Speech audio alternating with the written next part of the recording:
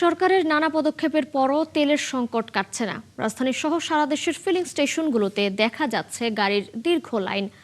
ভোর থেকে গভীর রাত পর্যন্ত পাম্পে তেলের অপেক্ষায় থাকছেন ক্রেতারা। তারপরে যেই পরিমাণ তেল পাচ্ছেন তা চাহিদার তুলনায় সামান্য। কেউ কেউ রোদ বৃষ্টিতে দাঁড়িয়ে থেকেও তেল না পেয়ে ফিরে যাচ্ছেন। ফিলিং স্টেশন মালিকরা যেটি বলছেন, সরকারি ডিপো থেকে যেটুকু সরবরাহ পাচ্ছেন তা বিক্রি হয়ে যাচ্ছে কয়েক ঘন্টার মধ্যেই।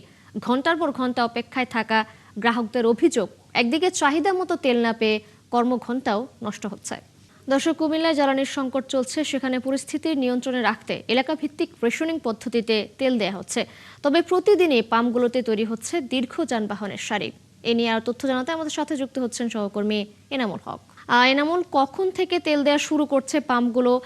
তেল সংকট নিয়ে পাম্প মালিক ও গ্রাহকরা কি বলছেন জানাবেন। কুমিল্লার ৮১টি পেট্রোল পাম্প, কিন্তু ৮১টি পেট্রোল পাম্পের মধ্যে একযুগে কিন্তু তেল দেওয়া হচ্ছে না। কখনো নগরের ৬টির মধ্যে একটি, কখনো মহাসড়কে ৪টি বা ৩টি, ২টো এমন করে। এবং সেই সাথে ডিজেলের কিন্তু দীর্ঘ লাইন গাড়ির। আর সেই মোটরসাইকেল তো রয়েছেই। মোটরসাইকেলগুলো পেট্রোল পাম্পের সামনে সকাল ভোর ৬টা থেকে তারা লাইন দেয়, এবং দেখা যায় যে ওই পেট্রোল পাম্পে দুপুরে অথবা তার পর দিন তারা তেল পাচ্ছে। এই যে তেলের জন্য দীর্ঘ হাহাকার চলছে, তেল মালিক কর্তৃপক্ষ বারবারে বলছেন সবগুলো পেট্রোল পাম্পে যদি একসাথে তেল দেওয়া যেত তাহলে কিন্তু এই দীর্ঘ অপেক্ষার সেটা কিন্তু অনেকটাই কিন্তু কমে আসতো। তবে তেলে তারা বলছেন এই যে আজকে কি তেল দেওয়া হবে কিনা। জি, ইনশাল্লাহ, আলহামদুলিল্লাহ, আজকে পেট্রোল দেওয়া হবে। আমাদের তো অক্টেন আমরা 4 দিন দিছি। হ্যাঁ, আজকে পেট্রোল আসছে ইনশাল্লাহ। অক্টেন কেন?